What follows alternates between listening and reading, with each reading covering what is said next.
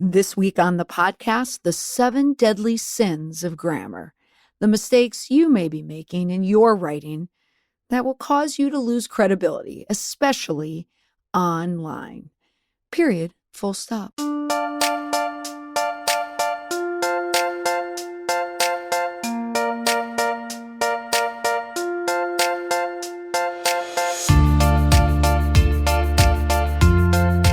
Hey there, welcome back to the podcast. This week, I want to give you confidence when it comes to your grammar, especially in your writing. I mentioned in the open that good grammar is all about credibility. It's your currency for intelligence. People will pass judgment, whether it's a typo or a blatant mistake, because grammar mistakes don't get by everyone.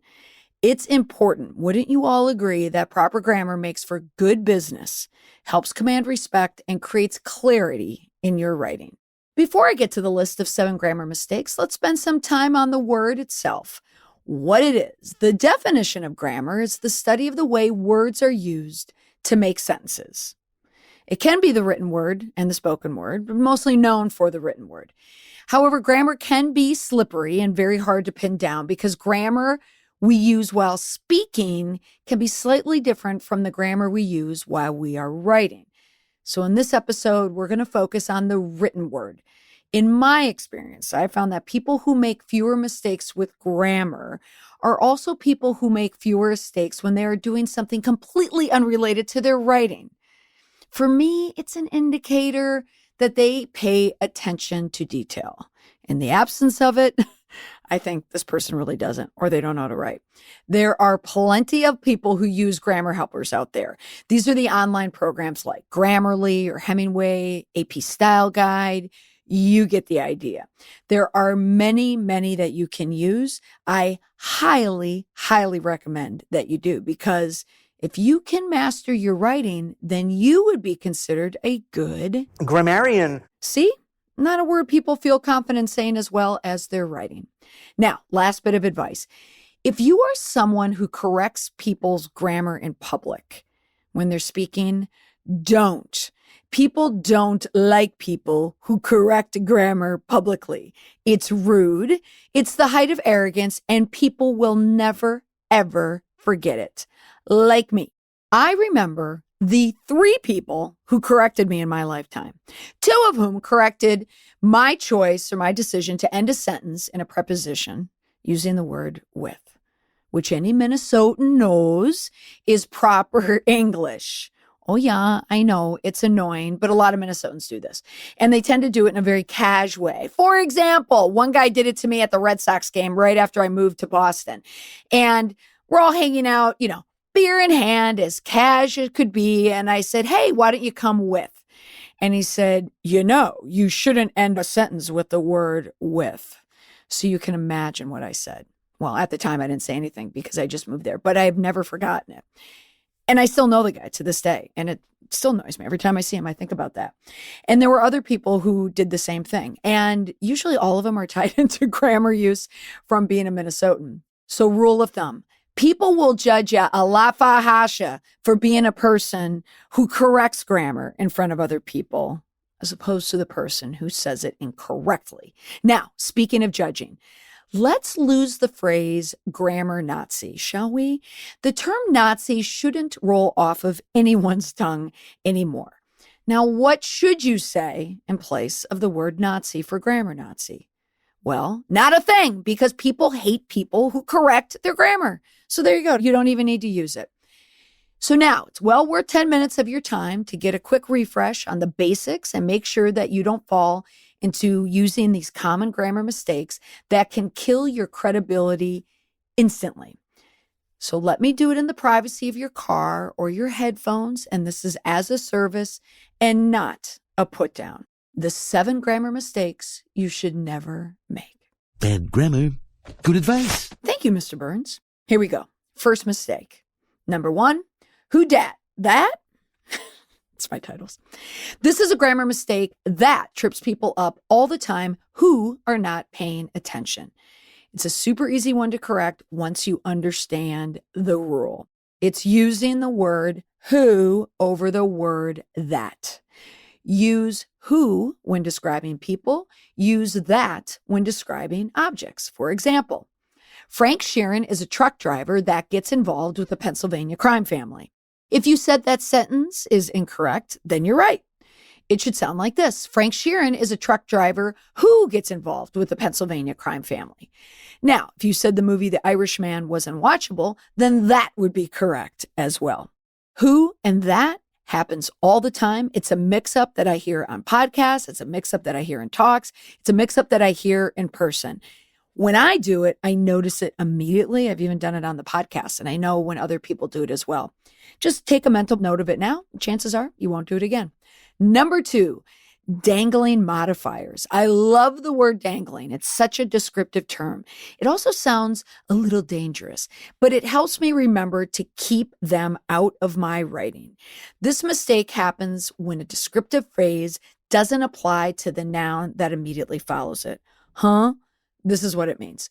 Having finished the work, the TV was showing The Irishman. Having finished the work, I turned on the TV to watch The Irishman. Side note, and I immediately regretted it. Okay, enough of The Irishman. But first, having finished is a participle expressing action, but the doer is not the television. Do you get that? TV sets don't finish assignments. And for that matter, does anyone even call them a TV set anymore? So watch your dangling modifier. If you use online grammar programs, they will always spot them for you. Number 3, my, oh my, it's me versus I. Most people understand the difference between the two of these until it comes to the time for them to use it in a sentence. So when you get done with the plan, can you email it to Kate and I? The sentence above is wrong as right as it sounds. And just so you know, a lot of people make this mistake. Now, the trick is to take the person out of the sentence. In this case, it's Kate. It may sound weird, right? But when you get the plan, can you email it to I? Still sounds odd. So you would never ask someone to send something to I when you were finished with something. So the reason it sounds weird is because I is the object of that sentence, and I should not be used with objects. So in that situation, you'd use me. Does it make sense? So when you get done with the plan, can you send it to Kate and me? When you get done with the plan, can you send it to me? See, that's how it works. Much better.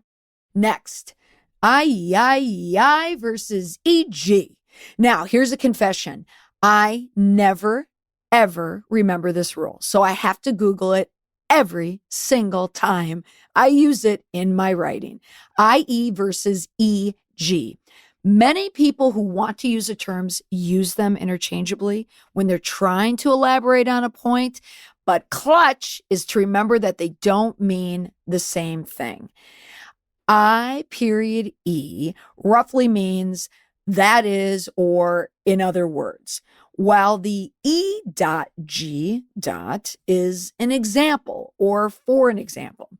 The former is used to clarify something that you've said, while the latter adds color to a story through an example. My only hack for remembering this is the EG starts with E, and I just remember it being example, but keep that in mind. And if you have to Google it every time, it's well worth the time. Next, number 5, think about this one for a minute. Which one do you say when it matters if you care less or couldn't care less? The way it's written suggests that you possess care, which still could be allocated to the situation in question. So, I couldn't care less is correct because it communicates that I have no more care to give. The hack on this one is remember the T. Couldn't. You just have to remember the couldn't at the end. So it's not could care less, it's couldn't care less.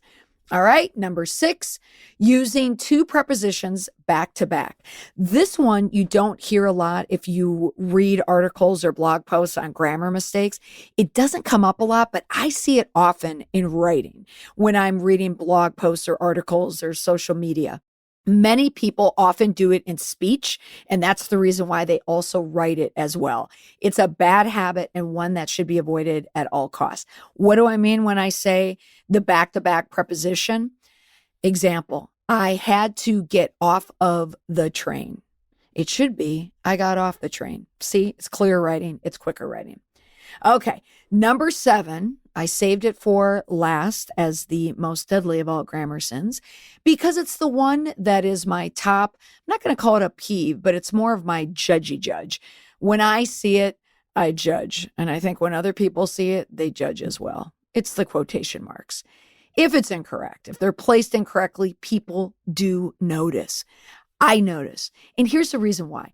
It's not one of those quick mistakes. Like, for example, if you're typing quickly and instead of typing to with 2 O's, T-O-O, like, are you going to? And let's say you accidentally put the T-W-O, one could argue that you were typing too fast, or maybe the spell checked it the wrong way. But quotations, that doesn't get by spell checks. It doesn't get by grammar checks. People deliberately type that incorrectly. So remember, commas and periods always go inside the quotation marks in English, okay? The dashes, the colons, the semicolons always go outside the quotation marks. So question marks, exclamation marks, sometimes go inside, sometimes they stay outside. And honestly, if you have to Google it, there's nothing wrong with it. I always find myself Googling it in those cases. But in general, remember those periods, they stay inside the quotation marks. So there you have it, the 7 grammar mistakes you should never make. I hope you found the list helpful and easy to remember.